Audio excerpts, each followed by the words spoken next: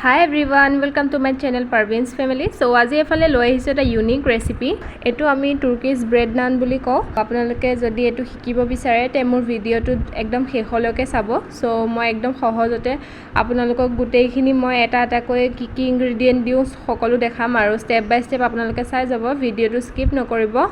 ফাৰ্ষ্টে মই 2 কাপ ময়দা লৈ লৈছো আৰু এফালে এতিয়া মই লৈছো 1 কাপ কুহুমিয়া গৰম পানী। সো আপোনালোকে বেছি গৰম হ'ব নিদিব নহলে গুটেইখিনি নষ্ট হৈ যাব। তাৰ পিছতে লৈছো 1 চামুচ ইষ্ট আৰু এফালে দিছো 1 চামুচ চেনি আৰু 1 চামুচ নিমখ আৰু এফালে এতিয়া গুটেইখিনি ধুনিয়াকৈ মিক্স কৰি লম আৰু যেতিয়ালৈকে চেনি নিমখ আৰু এই গুটেইখিনি ইনগ্ৰেডিয়েন্ট মিক্স হৈ নাযায় তেতিয়ালৈকে মই এনেকৈ গুটেইখিনি এনেকৈ লৰাই থাকিম আৰু এইখিনি এতিয়া মিক্স কৰিয়ে মই 10 মিনিটৰ কাৰণে ঢাকন লগাই এনেকৈ থৈ দিম আৰু তাৰ পিছতে এয়া দেখিছেনে এতিয়া ঢাকনিখন খুলি দিলো। সো এটোৱে হৈছে ৰিজাল্টটো। ফাৰ্ষ্টে আমি এনেকৈ ইষ্টখিনি এক্টিভ কৰি লৈছো। তাৰ পিছতে আমি স্টাৰ্ট কৰিম বনোৱা। সো তাৰ আগতে আমি এইটো বেটাৰ বনাই ল'ব লাগিব। এতিয়া মই ভালদৰে গুটেইখিনি মিক্স কৰি লৈছো। সো এইখিনি দেখিছে একদম পাৰফেক্ট হৈছে আৰু এতিয়া যোনখিনি আমি 2 কাপ ময়দা লৈ লৈছিলো তাত এতিয়া দিম আমি 1 চামুচ নিমখ 1 চামুচ চেনি তাৰ পিছতে এই গুটেইখিনি ভালদৰে মিক্স কৰি লম যেতিয়ালৈকে গুটেইখিনি মিক্স হৈ নাযায়। এয়া দেখিছে মই হাতেৰে মিক্স কৰিছো আপোনালোকে চামুচ দি কৰিব পাৰিব। তাৰ পিছতে মই ইয়াতে অলপ যিখিনি মই মিক্স কৰি থৈছিলো লিকুইড বেটাৰখিনি সেইখিনি অলপ দি এনেকৈ মিক্স কৰি থাকিম যিহেতু হাতেৰে মিক্স নকৰিব যিমান পাৰে চামুচেৰে মিক্স কৰিব চাব নহলে হাতত লাগি ধৰিব আৰু এইফালে এতিয়া মই অলপকৈ দি আছো দি মই এইখিনি এটা মিক্স কৰি থাকিম আৰু চাই যাব আপোনালোকে এক লগত গুটেইখিনি দি মিক্স নকৰিব আৰু এনেকৈ অলপকৈ কৰি থাকিব মিক্স যিমান পাৰে। সো মই এনেকৈ লৰাই আছো এফালে এতিয়া দেখিছে যিমানখিনি খান খাইছে আৰু যিখিনি আছে সেইখিনিত মই আকৌ এনেকৈ আৰু অলপ দি দিম দি পেলাই মই এতিয়া এইখিনি আকৌ মিক্স কৰি আছো আৰু দেখিছে যিহেতু গুটেইখিনি মিক্স হোৱা নাই অলপ কমি গৈছে আৰু তাৰ কাৰণে মই এতিয়া কি দিম জানেনে ইয়াতে মই এতিয়া অলপমান গৰম কৰি থোৱা যিখিনি পানী আছিল তাৰ পৰা মই অলপ দি দিম আৰু এয়া দেখিছে মই হাতেৰে চুইছ আছো যিমানটো সফট লাগে। সো ইয়াৰ পৰা মই এতিয়া অলপ দি পেলাই এনেকৈ মিক্স কৰি আছো। আপোনালোকে পাৰিলে হাতেৰে নকৰিব লাষ্টত হাতেৰে কৰিব ফাৰ্ষ্টে এনেকৈ চামুচ দিয়ে কৰিবলৈ চাব অলপো এয়া দেখিছে শুকান ময়দা নাই। সো এইটো জুখতে আপোনালোকে এনেকৈ মিক্স কৰি থাকিব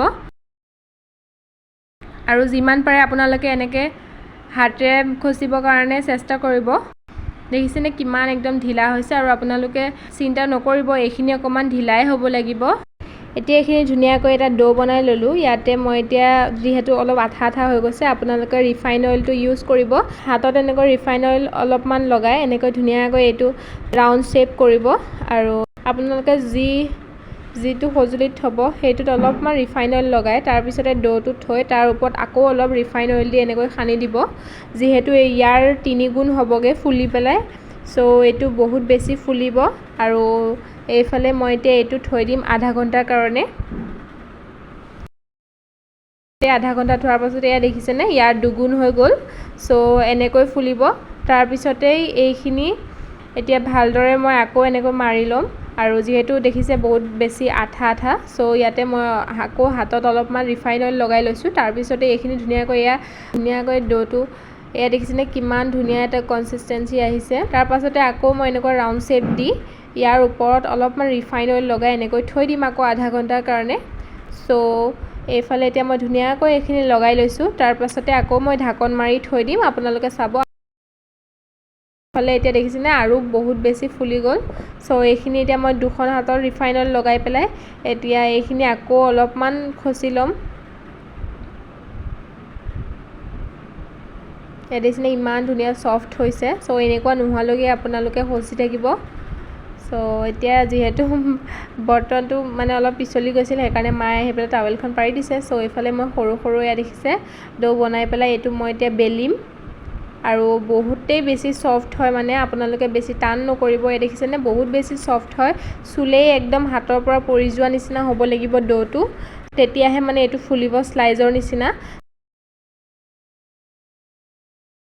সো এতিয়া মই এয়া দেখিছো তাৱাখন পাতি পেলাই ধুনিয়াকৈ এইটো এতিয়া সেকি আছো 2 লুটিয়ে। সো এনেকৈ ফুলিব দেখিছে ভিতৰটো একদম স্পঞ্জি হয় আৰু ব্ৰেডৰ নিচিনা সফট হয় আৰু এইটো নামেই হৈছে turkish bread naan সো আপোনালোকে এইটো ঘৰতে অতি সহজতে বনাব পাৰে যদিহে আপোনালোকৰ ঘৰত কোনোবা আলহী আহে তেনেহলে আপোনালোকে পৰঠা দি যদি আমনি লাগে তেনেহলে আপোনালোকে এইটো ইউনিক ৰেচিপি ট্ৰাই কৰিব পাৰে বিৰাটেই টেষ্টি হয় খাবৰ কাৰণে আৰু আপোনালোকে পাৰিলে চেনিটো অলপ বেছি পৰিমাণে দিব তেতিয়া খাই বহুত বেছি ভাল লাগে মই যিমান দিছো তাৰ দুগুণ দিব পাৰে আপোনালোকে সো ইয়াৰ ভিতৰত চাকচোন এবাৰ দেখাই দিছো দেখিছেনে একদম স্পঞ্জি হৈছে সো বহুত বেছি গৰম হৈ আছিল সেইকাৰণে মই ভালদৰে দেখাব পৰা নাই যেতিয়া এফালে এইকেইটা ৰুটিকেইটা যেতিয়া বেলি থৈছিলোঁ তেতিয়া এইকেইটা একদম চেপেটা হৈ আছিল আৰু এইফালে চাওকচোন যেতিয়া এইটো টাৱাত সেকি দিলোঁ তেতিয়া ইয়াৰ দুগুণ হৈ পেলাই ফুলিছিল আৰু বহুতেই বেছি স্পঞ্জি হৈছিল আৰু এইফালে চাওকচোন কিমান বেছি ফুলিছিল এয়া দেখিছেনে একদম ডাবল হৈ গৈছে সো এইটোৱে হৈছে turkish bread naan সো আপোনালোকে বনাব পাৰিব ট্ৰাই কৰিব বিৰাটেই টেষ্টি হয় খাবৰ কাৰণে সো আমি এনেকৈ চাহৰ লগতে খালোঁ আপোনালোকে বিভিন্ন ধৰণৰ গ্ৰেভি দি খাব পাৰিব সো আজিলৈ আছিল ইমানেই যদি ভিডিঅ'টো চাই ভাল পালে তে লাইক কমেণ্ট এণ্ড শ্বেয়াৰ কৰি দিব আৰু চেনেলটো ছাবস্ক্ৰাইব কৰিব নাপাহৰিব তো আজিলৈ বাই বাই